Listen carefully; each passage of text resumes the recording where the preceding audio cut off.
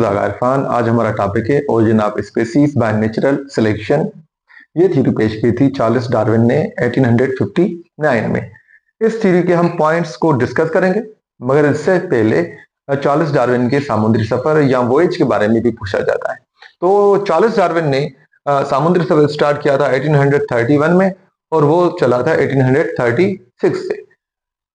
England से start हुए थे वॉयज पे, समुद्री सफर में हर मेजेस्टी शिप बीगल पे, और ये शिप यहां से इंग्लैंड से रवाना हुआ था ऑस्ट्रेलिया की तरफ।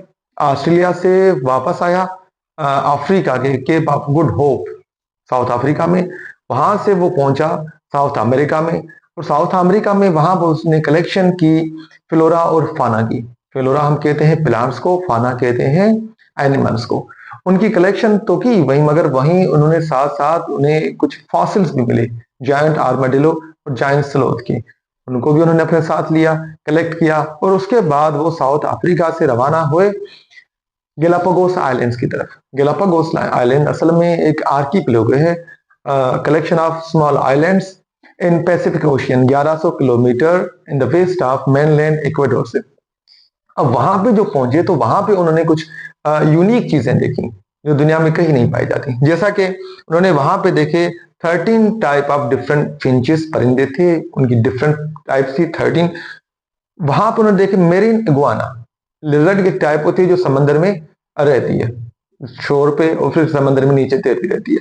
और तीसरा वहां पर उन्होंने देखे जायंट टोर्टाइस।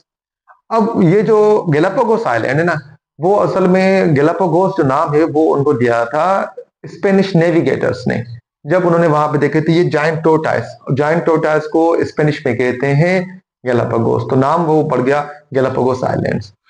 अब वो वहां से वापस जब आए तो टोटल उनको लगे 4 साल 9 महीने 5 दिन इस समुद्री सफर को।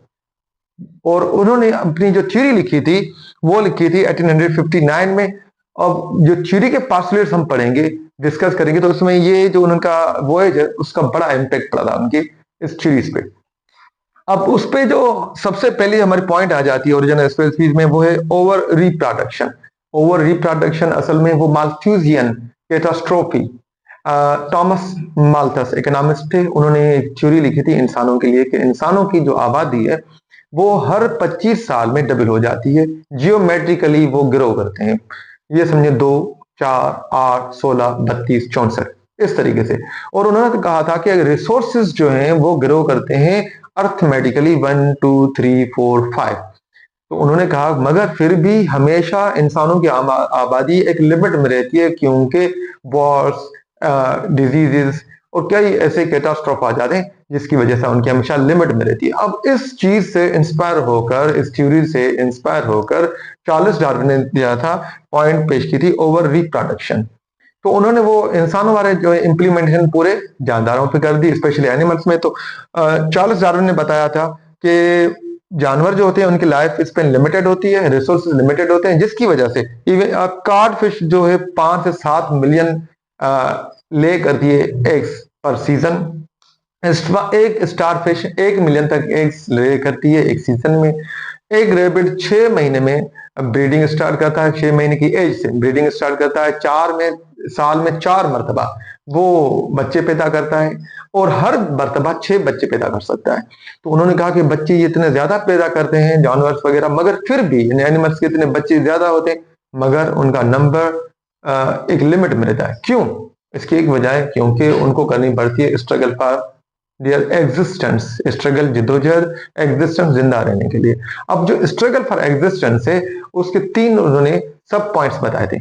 एक नंबर 1 इंट्रा स्पेसिफिक स्ट्रगल, वो टाइप ऑफ स्ट्रगल जो प्रेजेंट होती है सेम मेंबर्स ऑफ स्पीसीज के बीच में। जैसे इंसान इंसान से कर रहा है, स्ट्रगल कर रहा है, क्यों? रिसोर्सेज के लिए, हैबिटाट के लिए और मैटिंग के लिए। एक चीज। दूसरा ये आप देखेंगे लायन होता है एक प्राइड में, दूसरे लायन को अपने एरिया में आने नहीं देते था। ऐसे ही एक टाइगर दूसरे को। तो जो सेम स्पीसीज के बीच में स्ट्रगल होती है हम उसको बोलते हैं इंट्रा स्पेसिफिक स्ट्रगल। दूसरी स्ट्रगल होती है inter specific struggle, struggle between different species, members of different species के बीच में, जैसे प्रेडेटर्स और प्रे के बीच में जो स्ट्रगल होती है हम उसको बोलते हैं interspecific struggle. Third one आ जाती है एनवायरमेंटल स्ट्रगल। ये होती है एनवायरमेंट के एक्सट्रीम फोर्सेस के अगेंस्ट। स्ट्रगल, जैसा कि भाई वॉल्केनो इरप्शन हो गया, अर्थक्वेक आ गए, फ्लड्स हो गए, पानी की कमी हो गई, फूड की कमी हो गई, ड्रॉट, फेमेन वगैरह आ गए, तो इससे भी इन जो एनिमल्स की आबादी है ना, वो हमेशा लिमिट में रहती है। मगर इन कैटास्ट्रॉफ के दौरान कौन से एनिमल सरवाइव कर सकते हैं? तो उन्होंने उसके लिहाज से दी थी तीसरी point, variation and heredity. Variation कहते हैं small changes among the members of same species, same members के बीच में, जैसे हाइट, कलर, ईटीसी, सारे जो हमारे इवन दो ब्रदर्स होते हैं, एक ही बाप माँ बाप के बेटे, उनमें भी थोड़ी बहुत डिफरेंसेस होते हैं, उनको हम बोलते हैं वेरिएशंस। तो चार्ल्स डार्विन ने ये जो थ्योरी पेश की थी, वो आपने लामार्क वाली थ्योरी हमने इससे पहले पढ़ी थी लामार्किज्म में, कि लामार्क ने कहा था यूज एंड डिसयूज के बेसिस पे कि जिराफा की जो गर्दन है वो लंबी होती गई, क्योंकि उन्होंने प्लांट्स के ट्रीज खाने शुरू कर दिए, तो उन्होंने स्ट्रेच कर दिया, यूज के बेसिस पे उनकी गर्दन लंबी हो गई। मगर चार्ल्स डार्विन के मुताबिक नहीं, ऐसा नहीं था, असल में वेरिएशंस थी। टोटल जिराफ की दो वेरिएशंस थी, एक लंबे हाइट वाले थे, दूसरे छोटी हाइट वाले थे।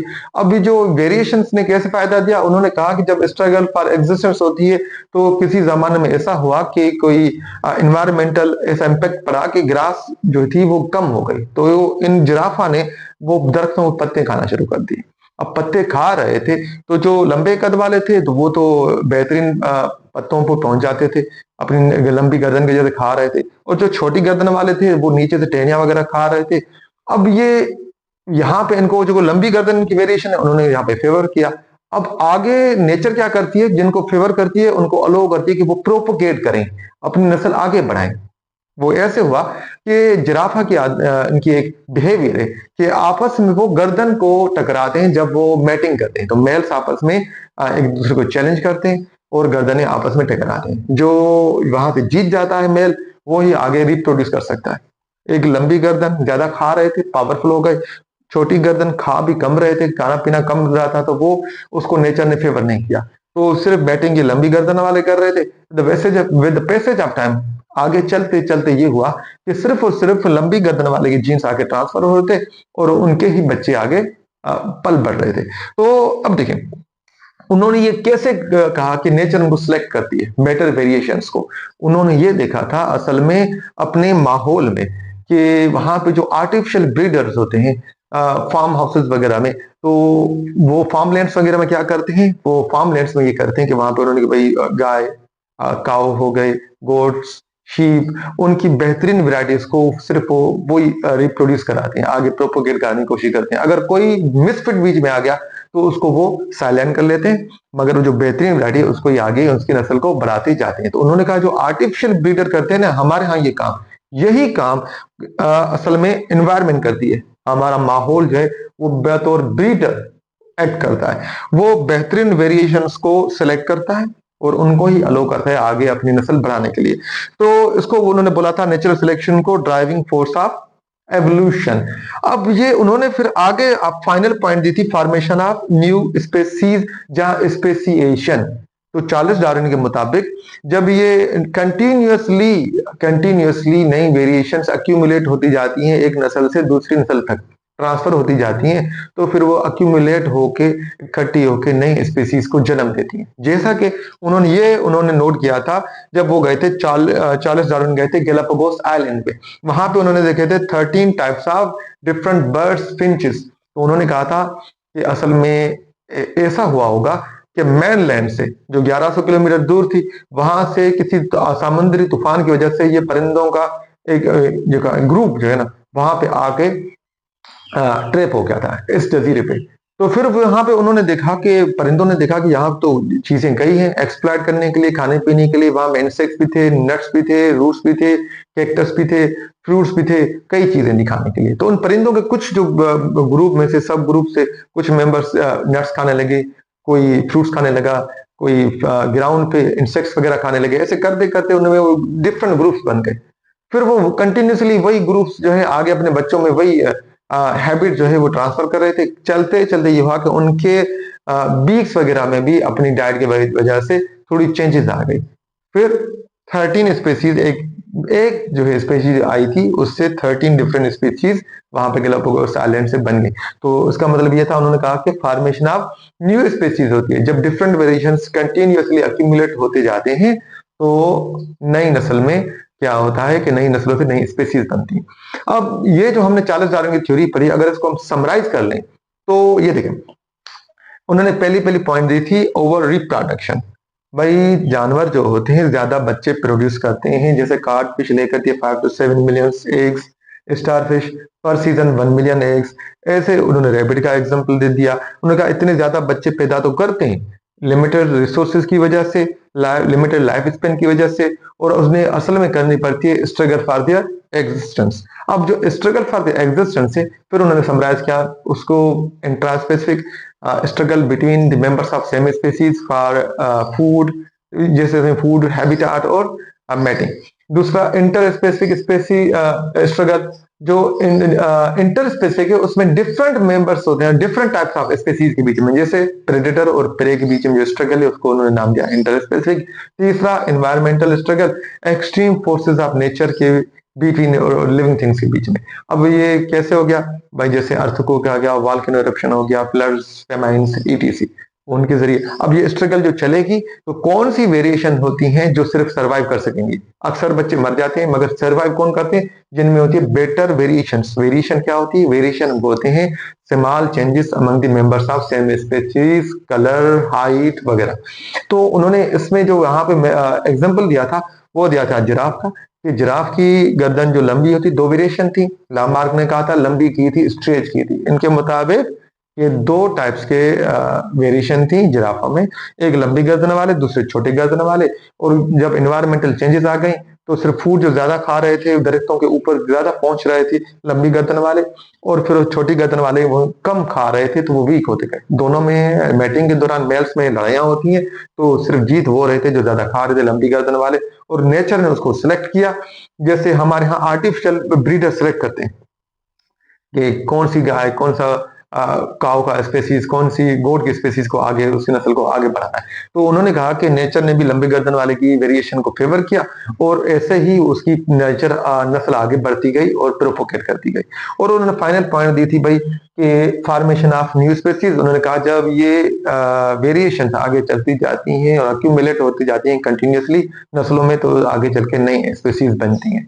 जैसा कि उन्होंने एक एग्जांपल दिया था 13 फिंचेस जो स्पेसीज टाइप्स हैं, डिफरेंट टाइप्स हैं गैलापागोस आइलैंड पे। तो उन्होंने कहा था कि असल में ये हुआ होगा कि मेनलैंड साउथ अफ्रीका से, जहां से ये आइलैंड्स गैलापागोस आइलैंड 1100 किलोमीटर दूर है, वहां पे समुद्री तूफान की वजह से एक ग्रुप आ गया था परिंदों का, वहां पे ट्रैप हो गया सेम स्पीसीज का। फिर वहां पर उन्होंने डिफरेंट चीजें देखी खाने पीने की, फ्रूट्स, नट्स, इंसेक्ट्स वगैरह। फिर उनको वो खाने लगे, तो ऐसे करते करते वो एक ही ग्रुप एक ही चीज को खा रहा था, तो कई साल लगे उनको, कई हजारों साल लगे, उनकी बीक्स में चेंजिंग आती गई, और फिर वो वेरिएशन अक्यूमुलेट करते करते एक टाइप ऑफ स्पीसीज से अब वहां पे गैलापागोस आइलैंड पे है 13 different type of finches. Darwin की जो नेचर सिलेक्शन है वो एक ऐसी थ्योरी है जिसने पूरे हमारे साइंस के हिस्ट्री को हिला के रख दिया था उस टाइम पे। तो one of the important theory है ये, आपके बेसिक से लेकर, बुक से लेकर, 9th matric, first year second year से लेकर यही थ्योरी आपकी आ जाती है बीएससी लेवल तक, मेमडीकेट तक, नीट तक। और वहां पे इवन बंदा अगर वो लेक्चरशिप में कहीं भी बॉटनी, जूलॉजी, फिजियोलॉजी कोई भी पढ़ ले, लाइफ साइंसेस की ब्रांच में कर ले, मगर उनके जो इंटरव्यूज होते हैं तो वहीं पे वो कहीं ना कहीं से डिफरेंट यूनिक चीजें पूछ लेते हैं।